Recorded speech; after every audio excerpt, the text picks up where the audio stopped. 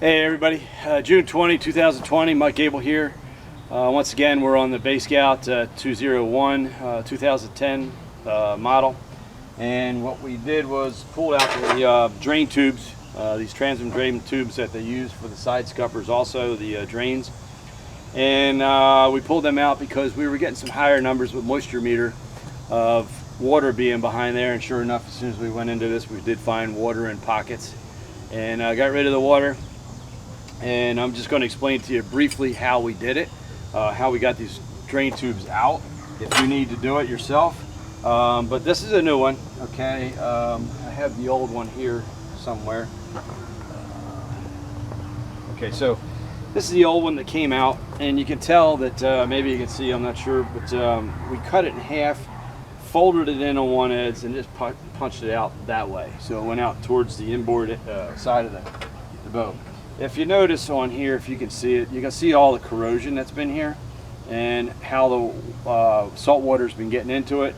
And when we folded it over, it actually broke right here where there's a reddish style metal showing. In other words, from what I heard is that with brass, if you start seeing that brass or bronze, like if you have bronze through holes, if you start seeing red showing up on those through holes, that's not a good sign from what I've heard.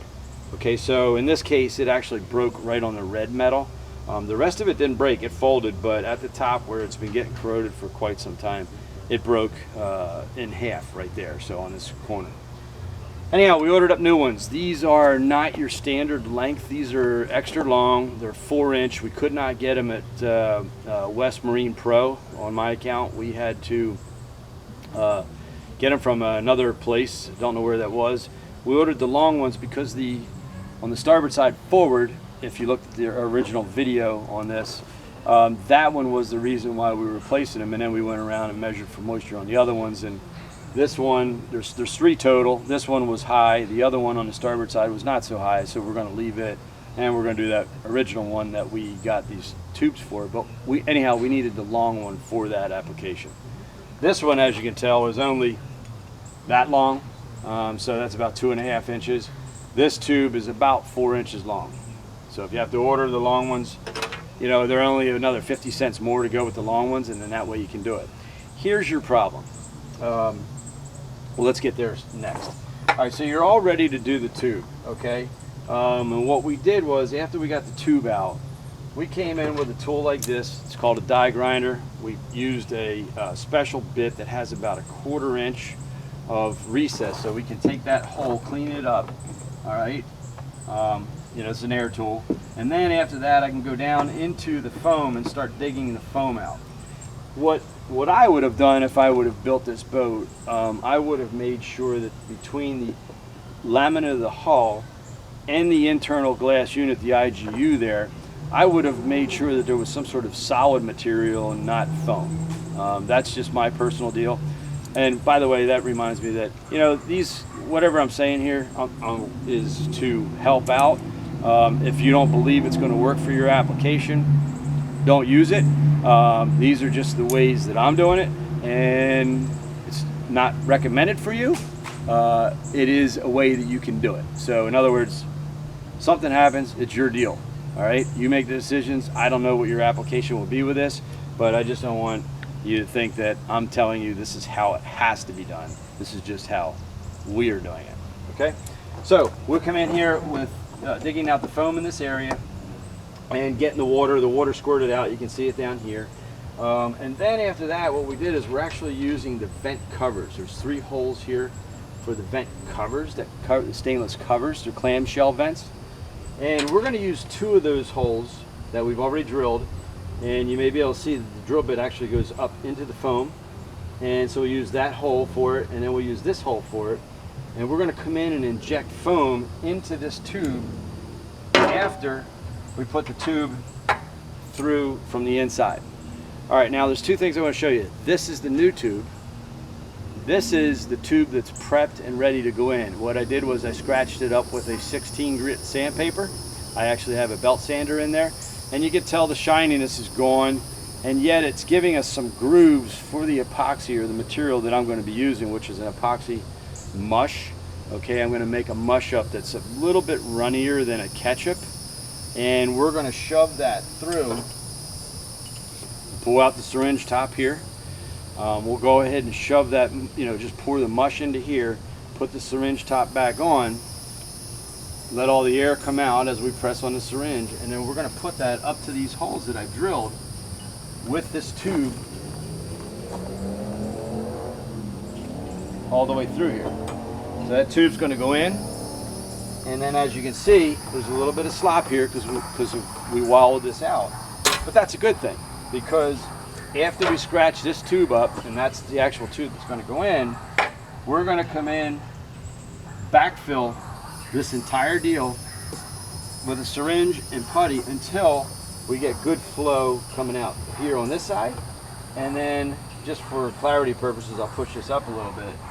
We'll do this again on the bottom hole to where we get good flow coming out on that side. So this thing, in theory, in our plan, is going to have an epoxy encapsulation all the way around, so that if water ever tries to get between this brass stern tube, drain tube, and this hull again, it's really got its work cut out for it to get there. Okay, so we're basically giving it its own atmosphere so that it cannot get into the foam core again. So that's really what's going on. When we initially cut this, I didn't bring this up, but when we initially cut this in the beginning before it came out, we used a sawzall with a metal blade, shoved it up in there, okay, did a cut on one side, and then we folded it in. Made it much easier for the exit of this thing out.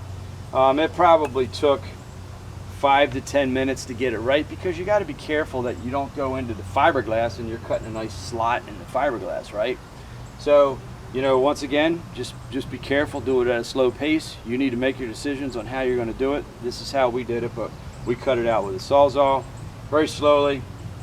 Make sure you wear all the proper gear of any tool you're going to use, obviously, and safety gear. And that's it. So once we got the tube out, we cleaned it all up, and we're going to get ready to epoxy this side. Now, what I'm going to do is I'm going to shut this thing off and go around to the other side just so you can see real quick. We ended up actually having to put an entire can of insulation foam, the 1 part foam, into the void that was in that side. So that void is what was holding the water. The water is now drained out, and we put a can of that 1 part insulation foam, your Home Depot, whatever it is, 2-pound foam, in there. And what we'll do is, and actually I'll tell you what, we'll just walk on over there with this whole apparatus, and you'll get to see that the foam is now expanding, and so we can go ahead and redo what we have here. Sorry for the motion sickness, but you can see the foam coming out, and I don't know if you can see up in there, but we had a void that was so large that this can of here's the product, it's called Great Stuff Gaps and Cracks up to 1 inch. Well, I can tell you it was more than 1 inch. The tube's gone. Okay, that tube over there was broken, so I couldn't even use that one. But we're going to end up doing the same setup over here. We'll clean this all out. We'll go through this hole of where the clamshell vent was, and we'll go through this hole. Once again, you want to tape around here to keep all your epoxy off of the gel coat. But we'll go through that hole and that hole to get to the larger area, the cavities, to shove epoxy in there, and we will epoxy the stern plug in. Okay, so that's what we're doing here for this application. There may be one other thing I want to bring up to you all here as we go. And yesterday, when we were putting on this eye, we had removed this eye to put some structural plates back here, some G10 fiberglass plates for the power pole, which is now, if you can see, we'll set this up over here again.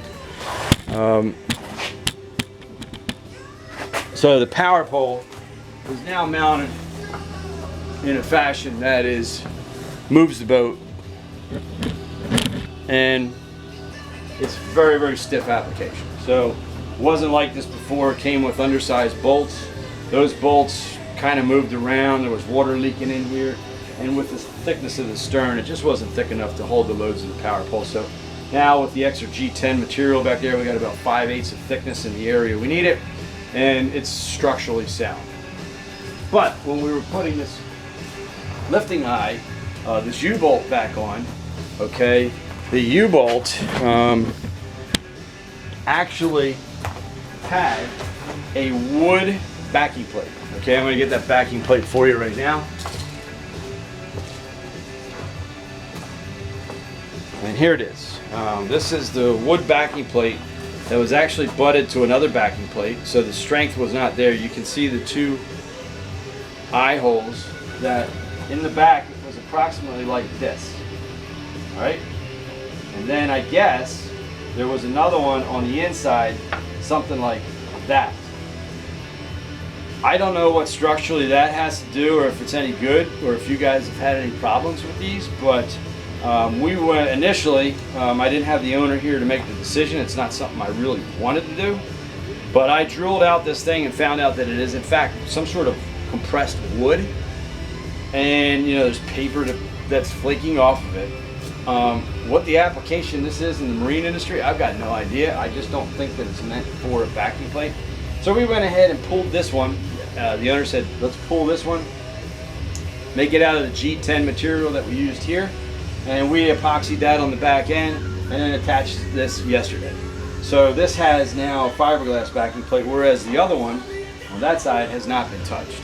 So just wanted to let you know, if you own a Scout or a boat that may have this material in there, and you're lifting the boat from it or towing a lot with it, you may want to check it out and see. I just don't know what its capabilities are. It held this long, but wow, I just wouldn't have any sort of a paper material in my boat. Okay, that's it. That's all we're going to bring up for now. We're going to have another video on a couple other things coming in. Maybe we'll show you the stern tubes afterwards, but we're going to shut off right here and leave it at that. It's Mike Gable with Gable Enterprises. And you can look at us at gableenterprises.com if you'd like to, or you can also look at us at blackfin29.com. It's another website we have for Blackfin 29 owners. All right, that's it. All right, thank you.